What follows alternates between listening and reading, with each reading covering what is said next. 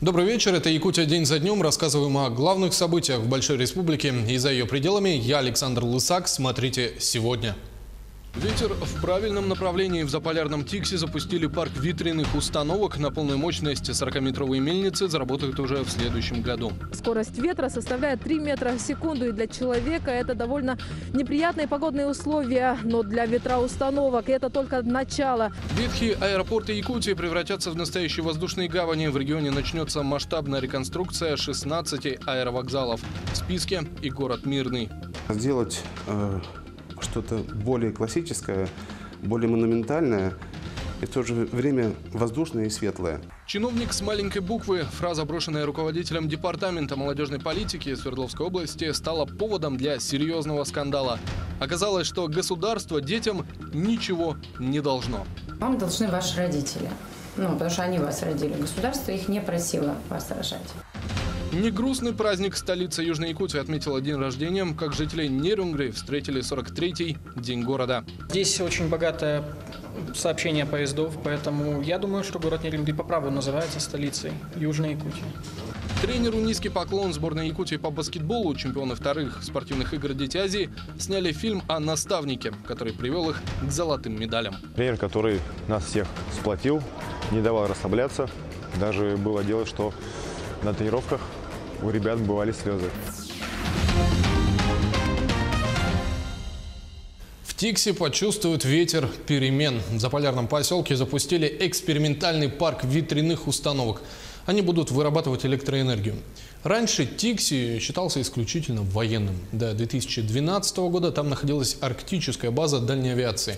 Она и сейчас там есть, но в сокращенном варианте. В одном из микрорайонов населенного пункта Тикси-3 раньше находился военный городок. Сейчас офицерские дома пустуют. 7 ноября 2018 года Тикси можно называть инновационным поселком за счет японских ветроустановок. Ветер в Тикси не просто гуляет, стремительно пролетает до дрожи. Наш корреспондент Сарглана Захарова это подтвердит. Она отправилась в Тикси, чтобы увидеть 40-метровые башни, пообщаться с производителями и спросить у экспертов, когда тиксинцы начнут экономить на электроэнергии. Тикси – северные ворота не только Якутии, всей России. Пускай времена былой славы остались в советской эпохе, сегодня заполярный поселок вновь готов громко заявить о себе. Там запустили первый в республике ветряной парк. Арктическая ветровая электростанция Тикси в работу готова.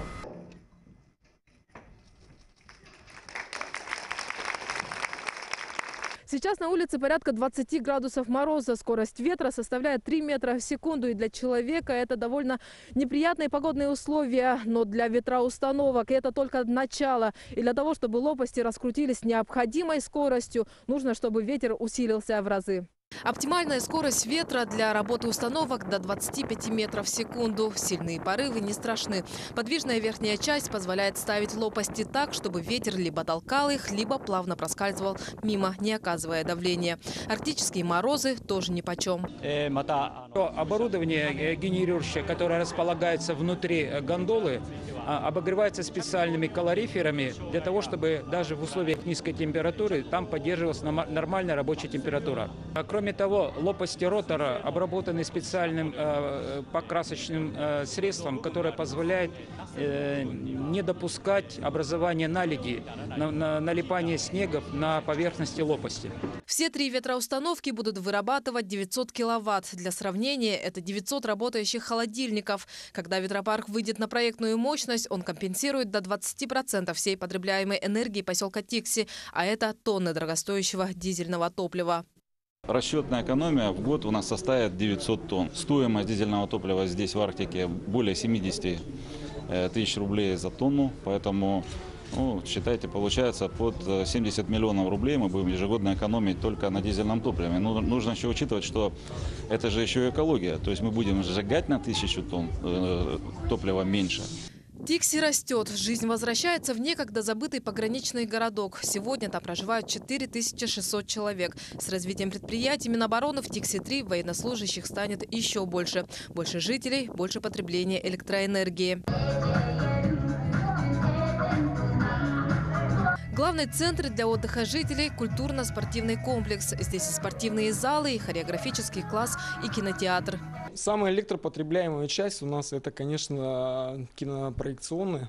Здесь установлено очень мощное оборудование, это и усилители звука, это и источники бесперебойного питания, это и непосредственно сам кинопроектор. Требует энергии внутреннее и наружное освещение. Совсем скоро север погрузится в полярную ночь. Фонари не погаснут до самой весны. Не гаснет круглые сутки свет и в окнах жилых домов. Саргалана Соловьева, мама 7 детей. Живут в небольшой квартире, в тесноте, да не в обиде. Тишина в доме – редкость. Звук телевизора, гул холодильника, шум непрерывно работающего электрического чайника. У меня дети маленькие, мы спим при свете. В каждой комнате нужен телевизор, также обогреватель, да, и проблема с чайником, да, он все время у нас круглосуточно кипятится, круглосуточно, потому что мы, как видите, дети у меня большие, крупные, любим поесть, попить. В месяц многодетная мать тратит на электроэнергию 6 тысяч рублей. А нужно еще купить продукты по заполярным ценам, одеть каждого ребенка. Даже северной зарплаты еле хватает. Надежда на ветряки.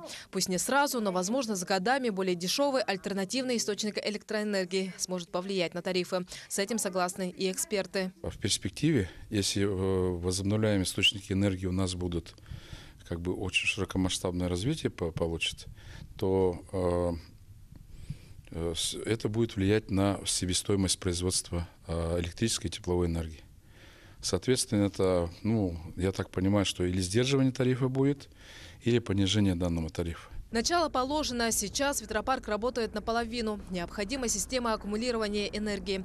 Дизель-генератор и новую дизельную электростанцию для этого установят в следующем году. Тогда и поступит в общую энергосеть 900 киловатт. Мы очень надеемся, что вот эксплуатация этого ветрового парка в последующем уже вместе с комбинацией с дизельной энергетикой, она даст хорошие, успешные результаты. И проект может быть уже дальше масштабирован в масштабах уже всей Арктики нашей страны. Для тиксинцев это событие стало по-настоящему долгожданным. Начали готовиться к нему еще задолго. Еще весной здесь объявили конкурс рисунков среди воспитанников детских садов. И теперь лучшие работы украшают ноги мельницы. А что это такое? Солнце как солнце. Как солнышко, да? И что она делает? Секает Саргалана Захарова, Георгий Григорьев, Якутия. День за днем. Конечно, для Якутии энергосберегающие технологии – это не новинка. Яркий пример – микрорайон Джатая. Десяток жилых домов с солнечными панелями на крышах, автоматизированными тепловыми пунктами, газовыми котельными, солнечными коллекторами для подогрева горячей воды. И все объединено в единую систему. Экономия, а это ключевой пункт в энергосбережении – 400 рублей с квадратного метра в год. Кристина Якупова нашла первые солнечные панели, которые установили в Якутии, и узнала, как еще можно сэкономить на коммунальных платежах. 10 километров от села Владимировка. Местность Айбон-Кюэль. У небольшой избушки десяток солнечных панелей. Первые в Якутии. Установили в 80-х годах прошлого века. Энергии хватает для здания научно-исследовательского полигона Института космофизики. Полная автономия. Ученые изучают колебания магнитных полей и электромагнитные сигналы. Полностью все электропитание у нас происходит с помощью аккумуляторов, которые заряжаются солнечными панелями. В целом суммарная мощность достигает порядка 2,5–3 киловатт. Владимир Сыромятников установил солнечные панели на крыше собственного офиса. Разработчик предоставил их бесплатно. Как влияет якутский холод на оборудование? Показания снимают каждый день. Даже бывает, что облачные погоды или туманные погоды все равно выдает какая-то энергия. Если швейцарская разработка покажет себя с наилучшей стороны, то ее смогут использовать не только горожане, но и сельские жители. Главное преимущество – экономия. Не только для людей, но и всего региона. Особенно, когда в межсезонье возникают проблемы с доставкой энергоресурсов. Экономить можно не только за счет инноваций. Все помнят лампочку Ильича. Потребляет много, перегорает быстро. Или энергосберегающая. Одна такая лампочка – 500 рублей экономии в год. Вкрутите в каждой комнате, выгода еще ощутимее. Энергосберегающая лампа прослужит 3-4 года. Экономия складывается из мелочей. Сегодня вы вкрутили энергосберегающие лампочки и установили счетчики, а уже завтра получили неплохую прибавку к отпуску. Наши приборы учета здесь, которые фиксируются и температура, и давление. Энергосберегающую технологию используют не только в частных домах, но и в квартирах. Дом по адресу Павлика Морозова, 2 в городе Якутске можно назвать уникальным. Он оборудован общедомовым счетчиком тепла. Небольшой прибор – огромная экономия. Он приносит 400 тысяч рублей в год. Сумма складывается после перерасчета. Сэкономленные средства идут на энергосберегающие мероприятия. В первую очередь в подъездах были заменены простые светильники на светодиодные с датчиком движения. Теперь уменьшились расходы и на электроснабжение на 1000 киловатт в месяц. Подобные перерасчеты должны делать все управляющие компании. И лишь в домах, где установлены общедомовые счетчики тепла. Только не все горят желанием посчитать и вернуть сэкономленные деньги. К сожалению, таких заявлений поступает довольно-таки много. Можно сказать, что порядка 10 за неделю. Если факт непроведения этой корректировки подтверждается, то управляющая организация, во-первых, привлекается к административной ответственности. Сумма штрафа там около 350 тысяч рублей. Плюс выдается предписание произвести перерасчет, то есть корректировку платы за отопление. Внушительные штрафы не пугают нарушителей. Вывод прост. Жильцам нужно проявлять инициативу и не пускать управление домом на самотек. Жители должны больше задавать вопросов. Больше задавать вопросов именно, сколько они платят и за что они платят. Если человек заявил, что где моя экономия, тогда ему делают перерасчет, а всему дому не делают. Действительно, использование альтернативных источников питания может экономить потребление электроэнергии. Об этом говорят не только предприниматели, но и простые якутяне. Сегодня дело за наукой. Ученые уже прорабатывают возможность получения энергии из холода. Тогда Якутия уже точно станет регионом номер 1 в области экономии электроэнергии. Кристина Якупова, Дмитрий Тымыров, Анастасия Кобозева. Якутия день за днем. Сейчас короткая реклама, через 2 минуты мы вернемся и вот о чем расскажем далее. Ветхие аэропорты Якутии превратятся в настоящие воздушные гавани. В регионе начнется масштабная реконструкция 16 аэровокзалов в списке и город Мирный. Чиновник с маленькой буквы. Фраза, брошенная руководителем департамента молодежной политики Свердловской области, стала поводом для серьезного скандала. Оказалось, что государству детям ничего не должно. Не грустный праздник. Столица Южной Якутии отметила день рождения. Как жители Нерюнгри встретили 43-й день города.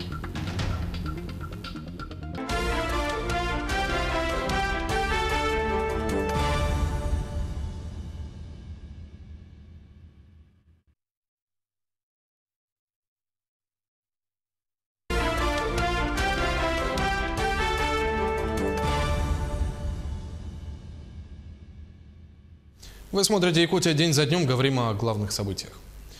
6 лет на 6 страницах. Указ главы Якутии о социально-экономическом развитии региона обсуждают до сих пор. Хотя прошло уже 2 недели. Действительно, каждый пункт документа – отдельный информационный повод. Поддержка предпринимательства – есть. Развитие инфраструктуры – есть. Строительство жилья – пожалуйста. Занятость – куда без этого. Важен тот факт, что в указе сплошь конкретные цели и задачи. Никаких абстракций. Превзойти все регионы в экономическом развитии. Четко. 20 место национального рейтинга инвестклимата, газификация населенных пунктов Ленского, Алданского, Алекминского и Нерюнгринского районов, строительство второй очереди Якутской ГРЭС-2. О других конкретных задачах Марьяна Кутакова. Развитие транспортной отрасли Якутии – одна из главных задач нового указа главы региона Айсена Николаева. В следующем году начнется реконструкция 16 аэропортов республики. Цена вопроса – 37 миллиардов рублей. В порядок приведут аэропорты Якутска, Мирного, Алекминска, Нюрбы, Жиганска, Верхневилюйска, Нерюнгри, Уснеры, Магана, Полярного, Хандыги, Черского, Белой горы, Депутатского и Сангар. Среди других инфраструктурных проектов – мост через Лену. Механизмы и финансирование в ближайшее время обсудят в Министерстве транспорта России. По строительству автомобильных дорог, в том числе федеральных Вилю и Колыма, активно привлекаются дополнительные источники из федерального бюджета. Однако в правительстве республики отмечают, быстрее всего нужно создать инфраструктуру для реализации инвестпроектов. Не секрет, что все наши новые месторождения, они в основе своей расположены в неосвоенных территориях, там, где отсутствует и энергетическая, и транспортная инфраструктура, и для запуска этих проектов и привлечения инвесторов государству крайне важно создавать опережающее развитие инфраструктуры. Мост через Лену, дороги и воздушное сообщение. Все эти вопросы и проекты одинаково важны, считают простые якутяне. Самый глобальный вопрос у нас вообще-то мост. По-моему, лучше в первую очередь дороги в города. Таких хороших аэропортов нету. Еще одна из главных задач в указе о социально-экономическом развитии республики – это занятость якутян. В ближайшие 6 лет в промышленные компании должны трудоустроить 20 тысяч человек. Преимущественно молодежь и сельские жители. Сегодня студенты Северо-Восточного федерального университета готовы пополнить этот список. На вопрос, почему ты выбрал промышленность, студенты факультета геологоразведки отвечают мгновенно. Достойная зарплата и работа на природе. Работали в прииске «Кристалл», она находится в Устьянском районе. Я работал там 2,5 месяца, заработал около 200 тысяч рублей. Меня это приятно удивило.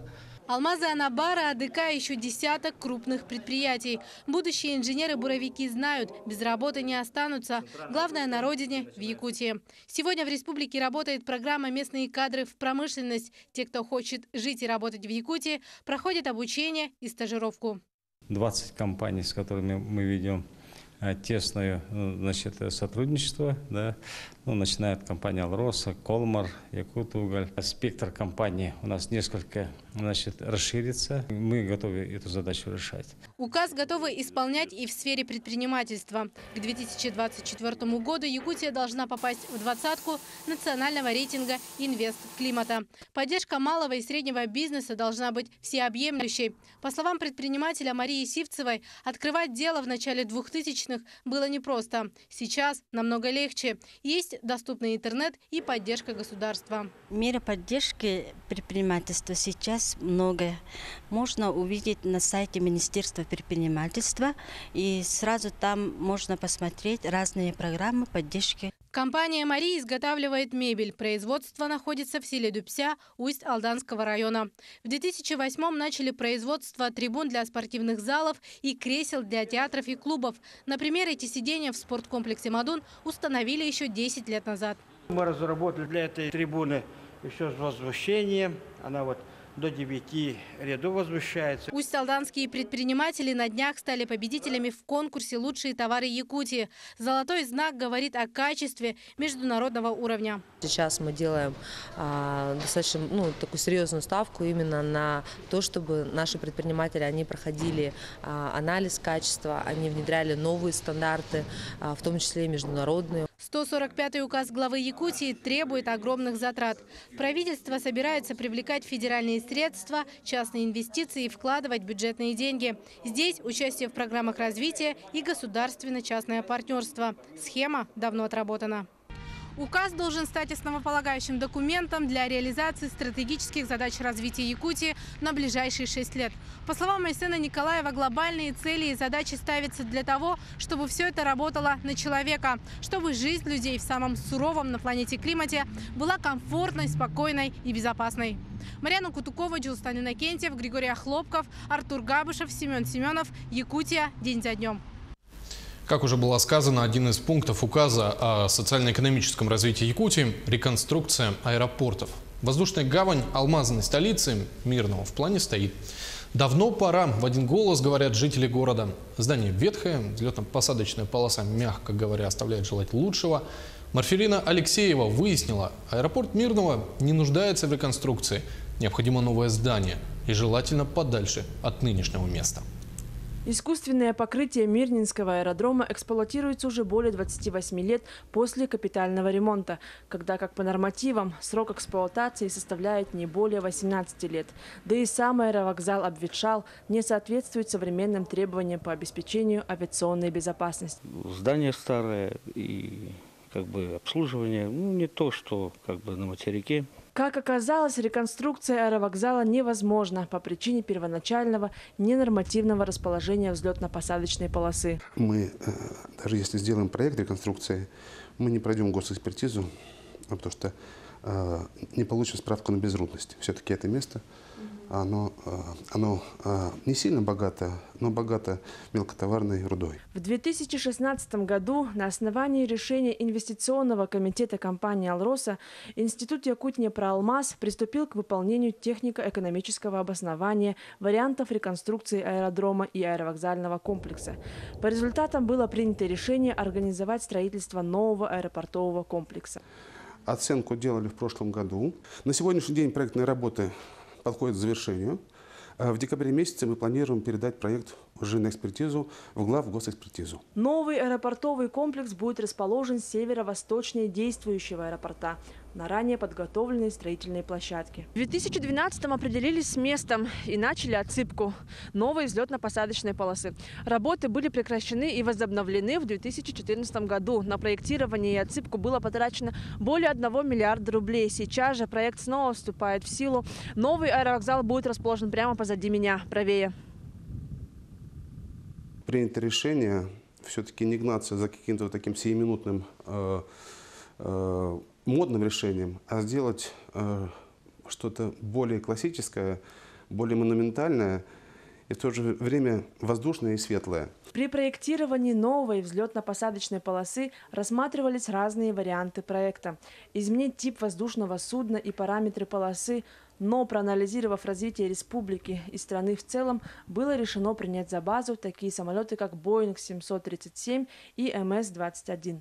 Что касается аэровокзала, он будет значительно больше старого, оснащен современной техникой, отвечающей ныне действующим нормам. Зона выхода на посадку, она тоже будет расширена. Она будет рассчитана на 150 пассажиров в час, а также здание аэровокзала будет оборудовано 2 телетрапами. Строительство объекта планируется начать в 2019 году, а запуск нового аэропортового комплекса намечается в 2022. Марфирина Алексеева, Вадим Ларионов, Якутия день за днем.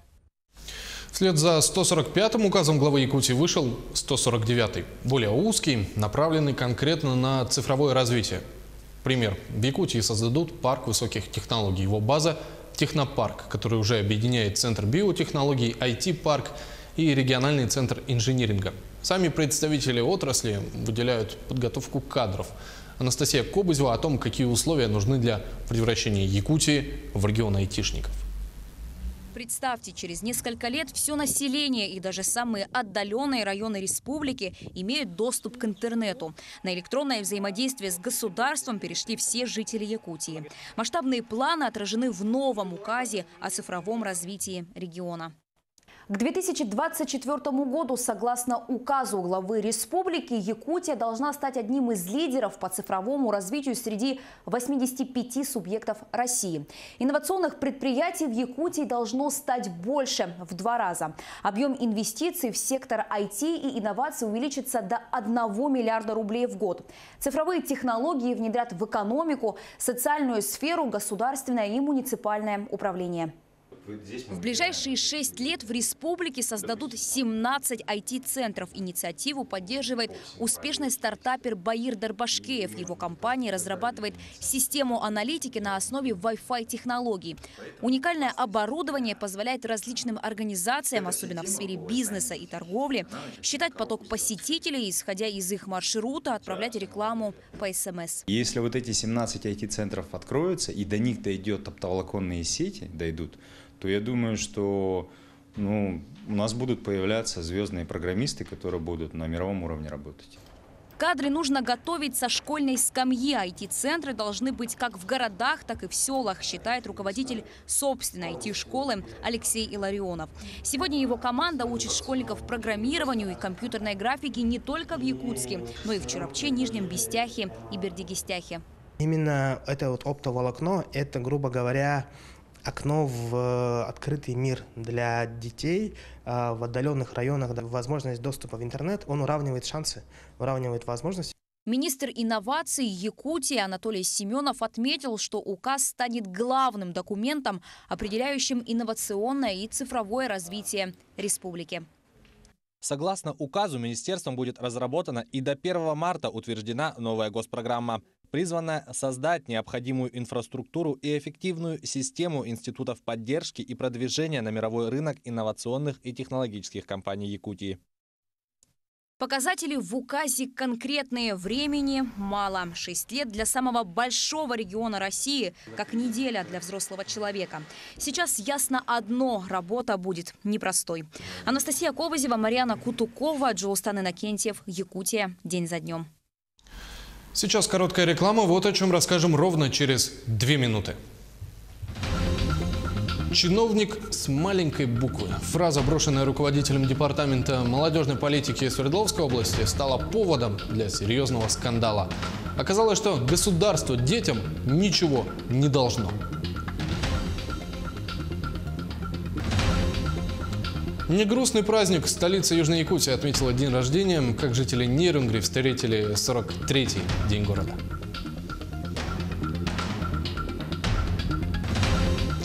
Тренеру низкий поклон. Сборная Якутии по баскетболу, чемпионы вторых спортивных игр «Дети Азии», сняли фильм о наставнике, который привел их к золотым медалям.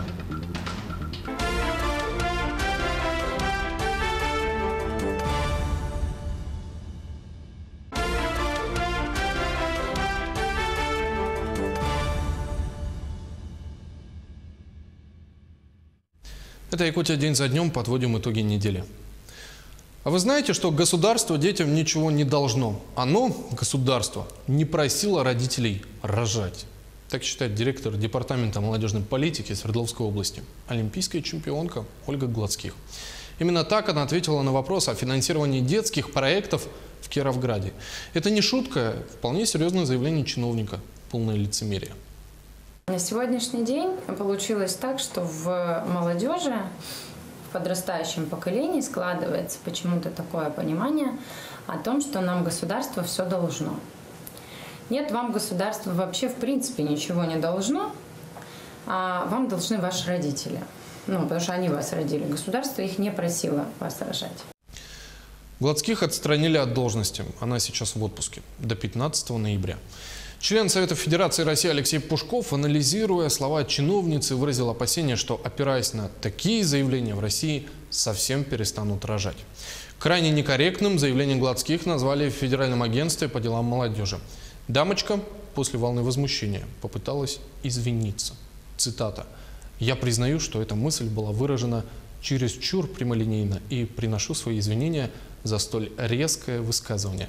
Но из общего контекста понятно, что это было сказано лишь для того, чтобы усилить мотивацию молодежи самостоятельно и активно развиваться. Хорошая мотивация. Мне кажется, госпоже Гладских нужно устраивать тренинги личностного роста. Жаль, что благодарных не будет. На самом деле смешного мало. Ольге Гладских единственное, что хочется сказать, это вам государство ничего не должно. Вас никто не просил выходить на Олимпийский помост. И никто не должен вам за растянутые связки, переломанные кости, пот и кровь, оставленные на тренировках. Напомнила другую историю, как министр труда Саратовской области Наталья Соколова сказала, что пенсионерам вполне достаточно для минимальных физиологических потребностей 3500 рублей в месяц. Этого хватит на сбалансированную диету. Такое заявление Соколова сделала после заседания Комитета по социальной политике областной думы в разговоре с местным депутатом Николаем Бондаренко. Он предложил ей прожить на такую сумму месяц.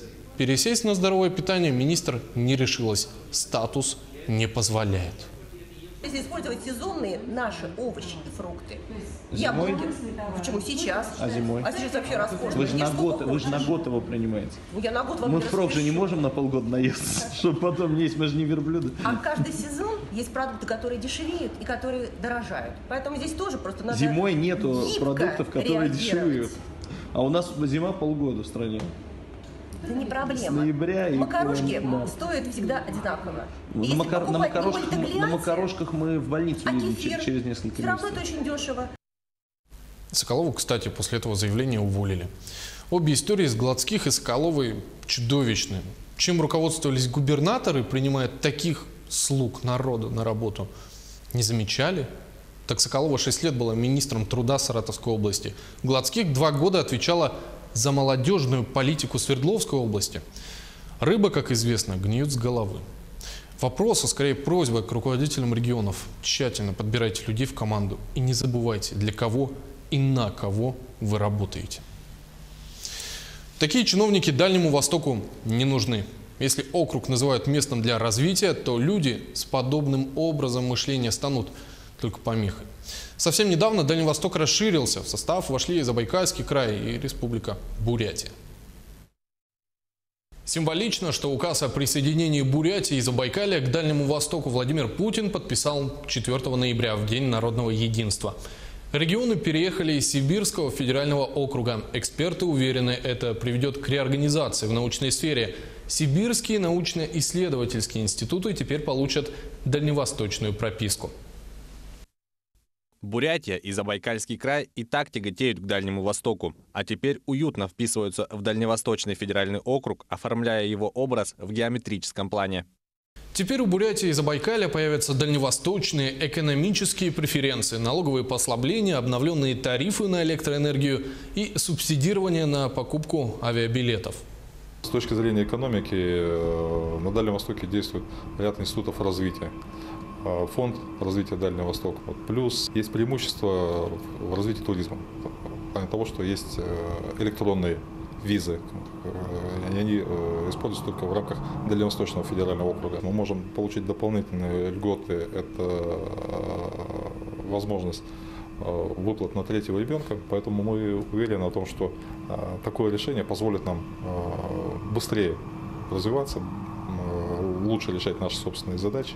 Решение включить в состав Дальнего Востока Бурятию и Забайкальский край, считает политолог Сергей Гребенюк, связано с необходимостью распространить на них особые экономические режимы, которые предусмотрены для инвесторов.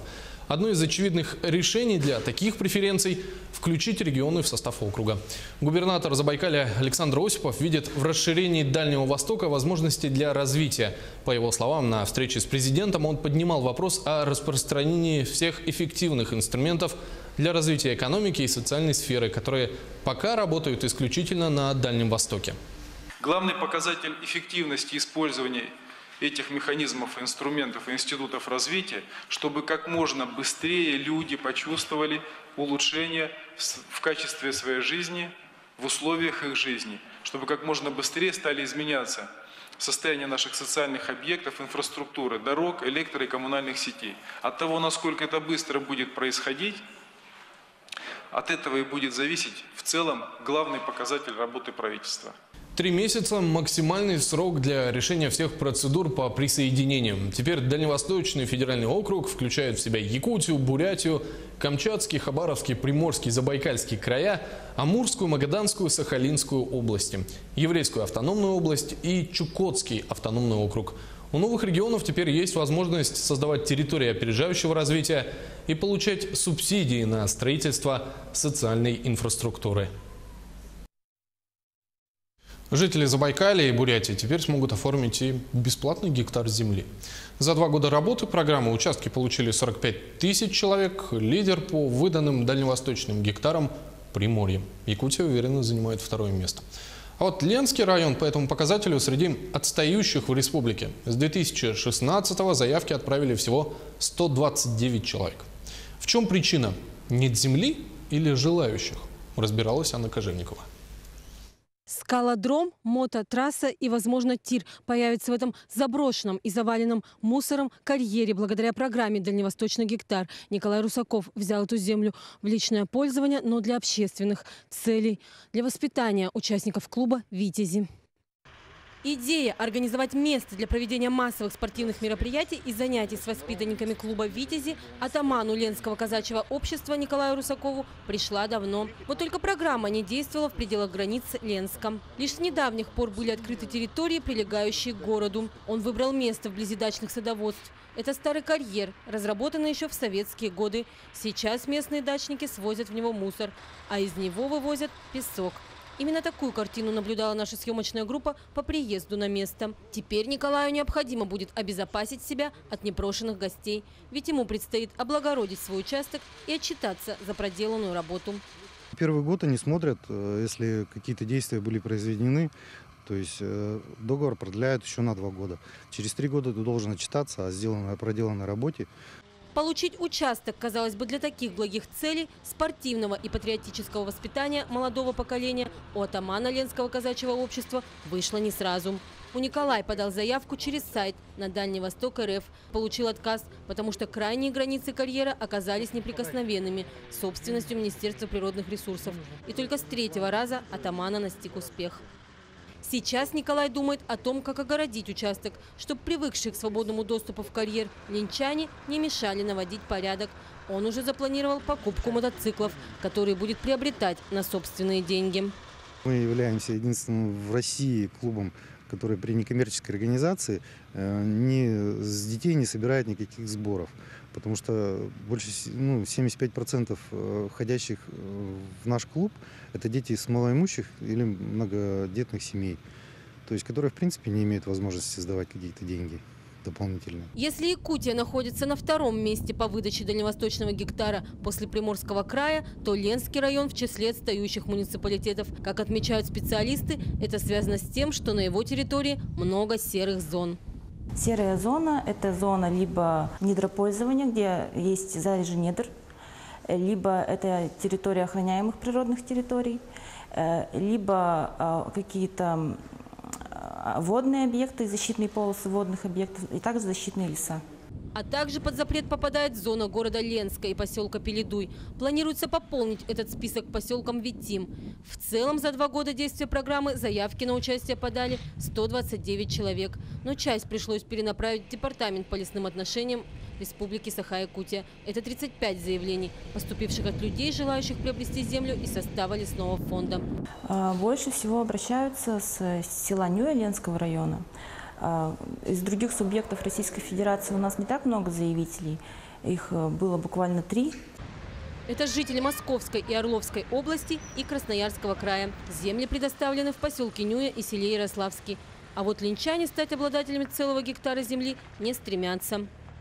Хотели бы вы оформить дальневосточный гектар? Нет. Пока не надо мне. Почему? Ну как почему? Не надо пока мне. Да. В данный момент, наверное, нет. Почему? Ну, может, на будущее. Ну, нет. Я не рассматриваю такие варианты. Да нет, вроде. Не надо пока. Да нет, в принципе, не хотела бы устроить. Почему? А потому что есть дачный участок. А зачем? Нет. Ну, под пользование, чего-нибудь там сельское хозяйство. Я вас умоляю, на севере. На юге надо выращивать продукты и прочее. Но не на севере, здесь ничего не растет. А если растет, то сильно затратно. Зачем? В рейтинге целей приобретения дальневосточного гектара на первом месте сельскохозяйственные нужды, на втором – индивидуальное жилищное строительство. Стать лидером программы Ленскому району вряд ли удастся, так как специалисты отмечают спад спроса. Самый пик пришелся на 2016 год, когда федеральный закон вступил в силу. Анна Кожевникова, Виталий Андреев, Ленск. Сейчас короткая реклама. Вот о чем расскажем ровно через 2 минуты. Негрустный праздник. Столица Южной Якутии отметила день рождения. В честь этого запустили аудиогид по основным достопримечательностям, провели чемпионат по борьбе хапсагай с призовым фондом в 1 миллион рублей. Как еще жители Нерюнгри встретили 43-й день города.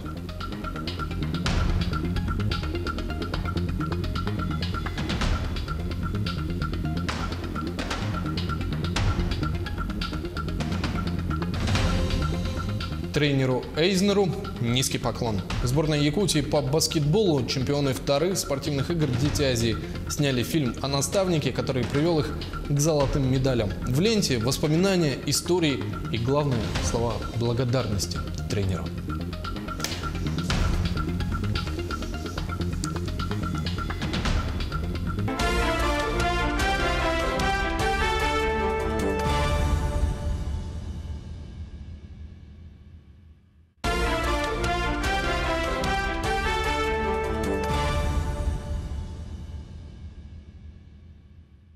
В эфире «Якутия день за днем» подводим итоги недели.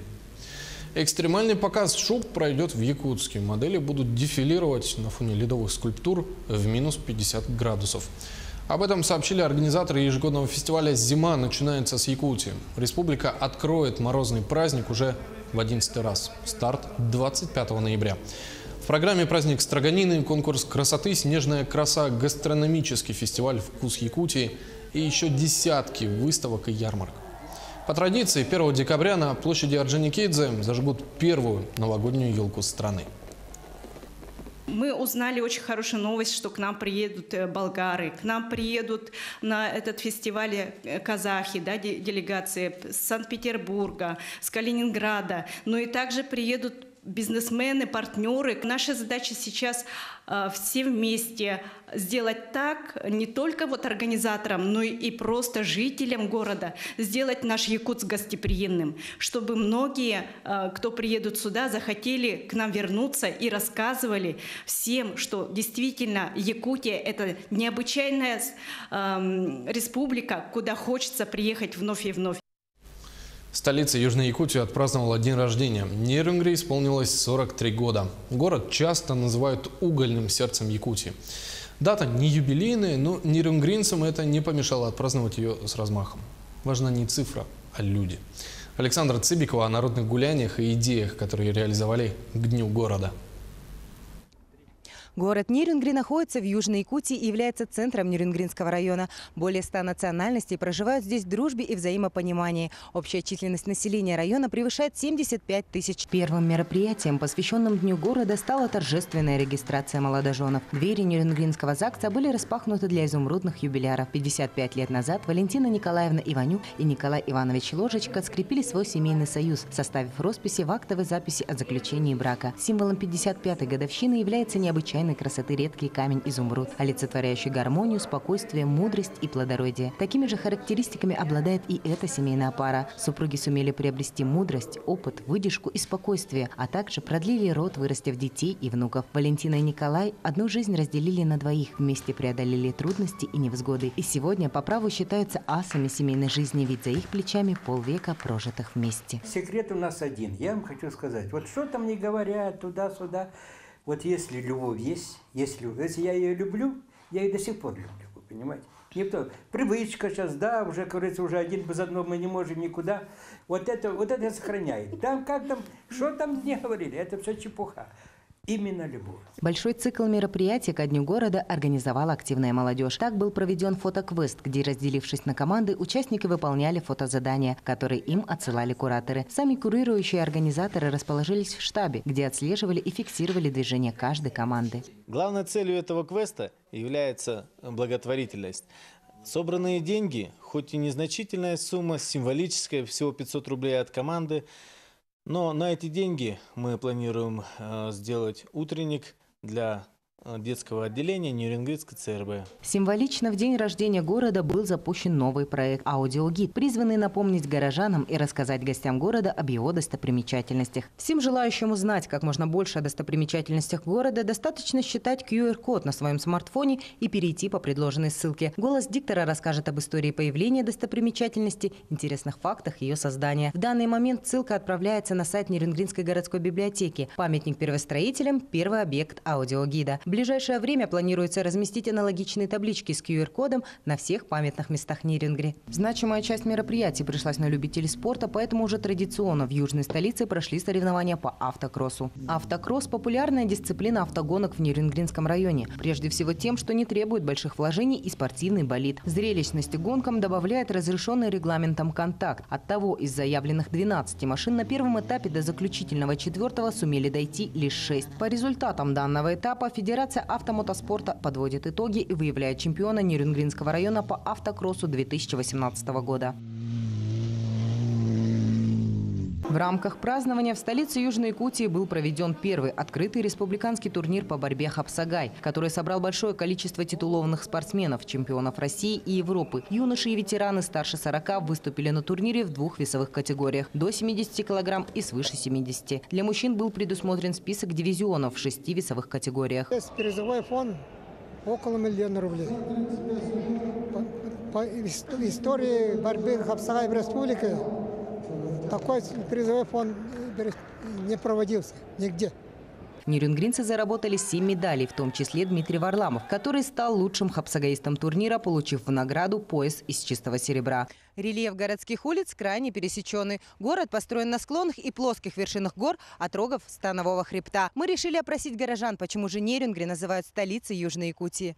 Ну, это территория опережающего развития. Транспортные сообщения все, в принципе, проходят именно через этот город. Город активно развивается, строится, расширяется, он интернационален. Нерюнгри должен стать и быть, так сказать, с южной части республики, воротами нашей республики. Здесь очень богатое сообщение поездов, поэтому я думаю, что город Нерюнгри по праву называется столицей Южной Якутии.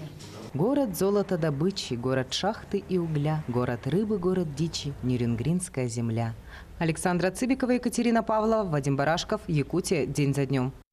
18 лет назад прошли вторые международные спортивные игры «Дети Азии». Дата, как и в случае с Нерюнгри, не круглая, но важная. Особенно для баскетбольной сборной республики. Тогда они стали чемпионами соревнований. Спустя почти 2 десятилетия победители вспоминают игры как одно из самых ярких событий в жизни. Не забывают уже мужчины про тренера, который привел их к золотым медалям, Константина Эйзнера. В честь наставника даже сняли короткометражный фильм. Наш корреспондент Юрий Осипов его уже посмотрел.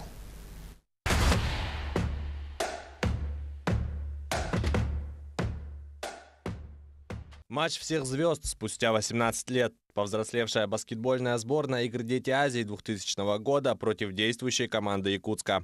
Такому сюжету позавидовал бы любой фильм. Но здесь не актеры, спортсмены. Никаких дублей, лишь реальные успехи и неудачи. И настоящее баскетбольное поле, как съемочная площадка. Эта удивительная игра стала основой для короткометражного фильма, созданного воспитанниками известного в Якутии баскетбольного тренера Константина Эйзнера. Удалось собрать не всех, потому что некоторые ребята уже давно не играют в баскетбол, у некоторых нет возможности, с кем-то не совпали графики. Ради наставника спортсмены стали операторами, сценаристами, режиссерами. Внимание к деталям, особенно к реквизиту. Спортсмены воспроизвели даже форму сборной того времени. Но теперь команда называется «Дети Эйзнера». На каждой майке номера игроков. Это футболка Михаила Гусева. Он играл под 8 номером. Это история про любовь к спорту и уважение к тренеру, который ученики пронесли сквозь года. Возможно, кого-то это побудит, в свою очередь, сделать что-то приятное своему первому учителю, своей маме, своему папе, дедушке, бабушке, кому угодно. Ведь проводить аналогии с этим фильмом можно бесконечно. Это простое, нормальное отношение к тем людям, которые этого действительно заслуживают, к тем людям, которые в нашей жизни сыграли фундаментальную роль. Первые несмелые шаги в большом спорте. На тренировках Константина Эйзнера зажглась звезда Михаила Гюнтера. Матч 2000 года стал началом большой карьеры. Профессиональный баскетбол, затем переход в стритбол, игра за сборную России. Стритбол – это была летняя забава, которая была просто уличной игрой. В итоге первый свой чемпионат России выиграл в 2007 году, после чего пригласили в сборную. Ну и, собственно, попав в состав сборной, захотелось уже и попробовать свои силы на мировой арене. Еще один воспитанник Константина Юрьевича, капитан той самой золотой сборной, популярный рэпер Ливан Горозия, более известный как Эльван. Он вспоминает, как попал в команду. В 5 классе мой будущий тренер пришел к нам в школу, меня как раз выгнали с урока музыки. И он набирал новую группу, спортсекцию на тот момент. Вот. И с того момента я дважды в день, утром и вечером ходил на тренировки. Даже строки одной из своих песен Ливан посвятил товарищу по команде Михаилу Гюнтеру. Я как Миша Гюнтер в русском рэпе, мой баскетбольный мяч в виде дисков твой таки сын. Фильм словно пазл, собран из деталей, воспоминаний, неподдельных эмоций и чувств воспитанников, их родителей и самого Константина Юрьевича. Тренер, который нас всех сплотил, не давал расслабляться. Даже было дело, что на тренировках у ребят бывали слезы. Виделись с ним чаще, чем с родителями. 6 дней в неделю и 3 раза на дню, прямо перед играми. Также на сборы летом выезжали вместе с ним. Он нам там, естественно, всем заменял родителей. Даже зимой замороженные, там они, нехотя уходили, они постоянно играли. И я считаю, что как бы так вот и надо заниматься. Константин Юрьевич сыграл важную роль в жизни ребят, так как был их первым тренером. Но и ученики внесли большой вклад, ведь они стали первыми его воспитанниками. По словам Эйзнера, именно с ними он набирался опыта как наставник. Главный зритель уже посмотрел фильм. Сказать, что для меня это было сюрпризом или какой-то подарок, это мало, потому что фильм для меня я воспринял как подведение итогов определенного этапа моей работы спортивной. На создание фильма ушел месяц. Над ним работали 4 человека. Непрофессионально, но с душой. Фильм длится 23 минуты, но включает в себя почти 20 лет истории. Через все эти годы дети Эйзнера пронесли любовь к баскетболу. И хотя многие перестали им заниматься, это для них не просто вид спорта, а стиль жизни. И это, считают воспитанники Константина Юрьевича, его главная заслуга. Основная мысль, которую несет фильм, проста и вместе с тем трогательна. Нельзя забывать людей, которые сопровождают в начале спортивного пути, первых тренеров. Именно на них лежит большая доля ответственности, чтобы найти ребенка, привить ему любовь к спорту и помочь выбрать правильный путь в жизни. Юрий Осипов, Семен Семенов, Павел Пахомов, Якутия. День за днем. Таковы итоги недели. Еще больше новостей на наших интернет-сайтах yak24.ru и nvk-online.ru. Наши корреспонденты следят за главными событиями день за днем. До свидания.